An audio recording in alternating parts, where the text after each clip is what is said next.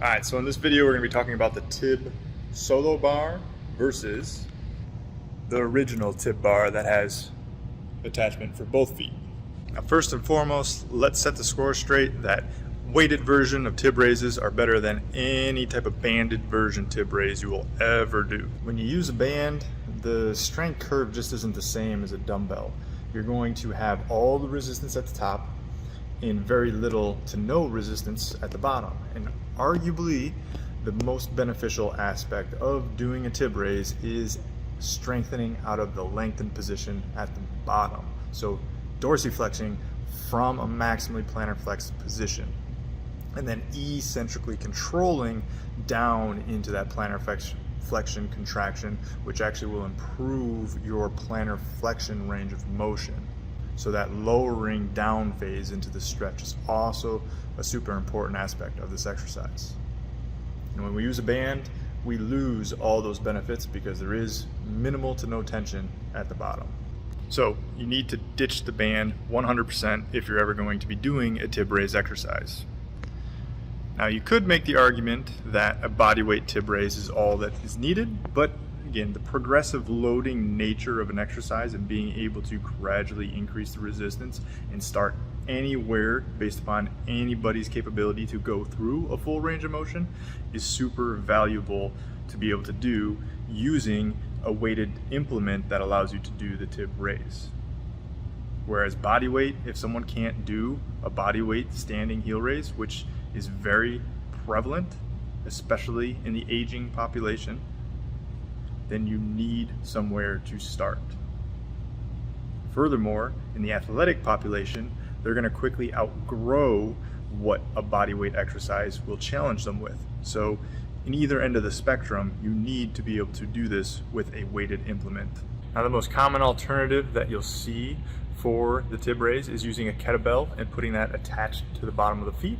And while I've certainly used this option in the past, I can tell you that as you start getting up in weight, the weight that you might use for an athlete, you're going to start getting fairly uncomfortable sensations in the forefoot just due to the weight of the kettlebell putting focal pressure on top of the foot. So as you start getting up in weight with athletes, it starts getting uncomfortable when they start getting to the weights that they need to use with the exercise, hence why an implement is necessary and needed.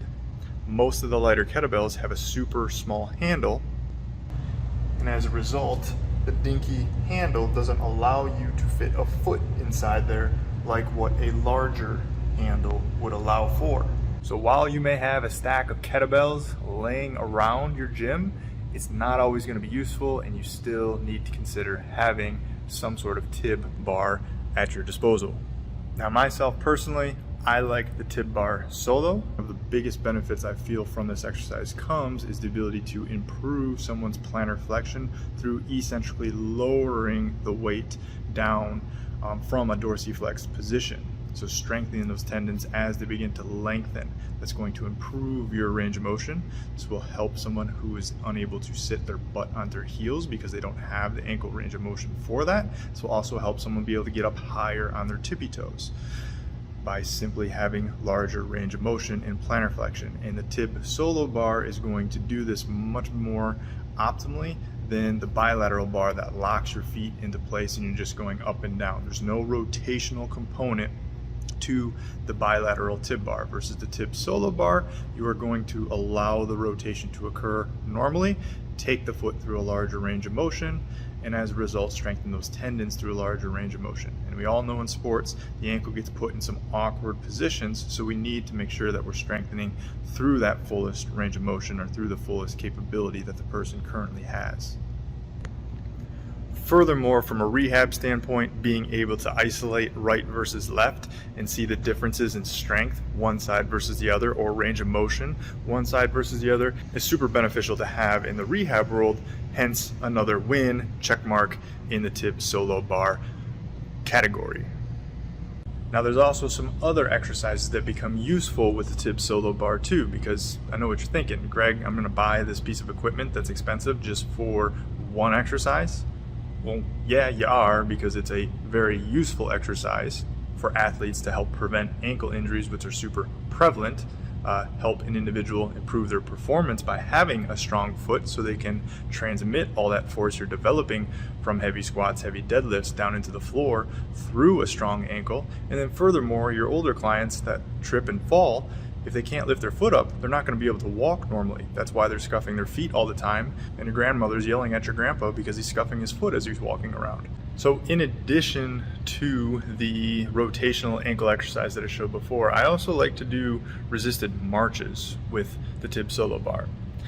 You might have heard of another piece of equipment called the monkey foot that is out there, because essentially you can do the same thing with this piece of equipment. It essentially negates the need to do anything with a monkey foot. If I was to pick one piece of equipment, if I had to choose between a monkey foot and a TIB Solo Bar, I would 100% choose a TIB Solo Bar, because I can essentially do any exercise that I wanted to do with the monkey foot with the TIB Solo Bar. Real exercise that you can't do with the TIB Solo Bar that you might want to do with the monkey foot is a standing hamstring curl. But there's so many other hamstring curls available out there. Just get a Swiss stability ball and do your hamstring curls that way. It's as simple as that.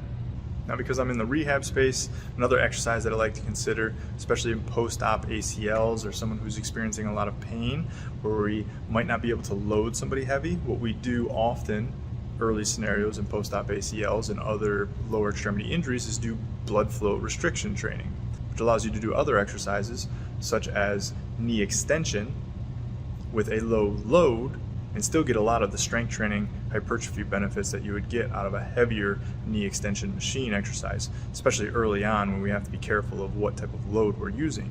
So you can use the TIB Solo Bar as a way to weight progressively at low loads. You're not going to ever get as heavy as what you would get in a machine, so don't argue with me that. I'm saying with a BFR implement, this is a way of scaling your knee extension exercise with BFR in your rehab scenario without having to purchase a really expensive knee extension machine.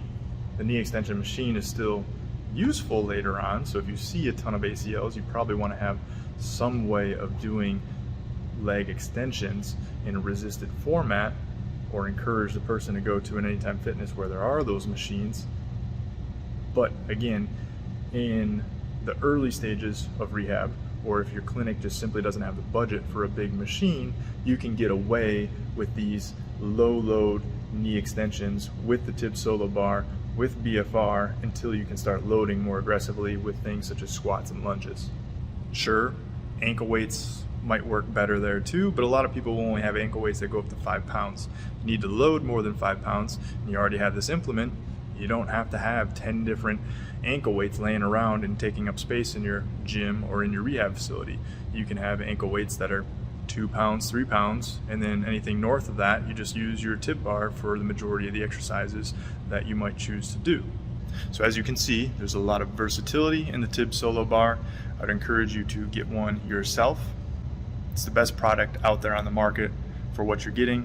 It is necessary in rehab and sports performance facilities. It's super well constructed, it's durable, easy on, easy off, which makes all the difference for your clients.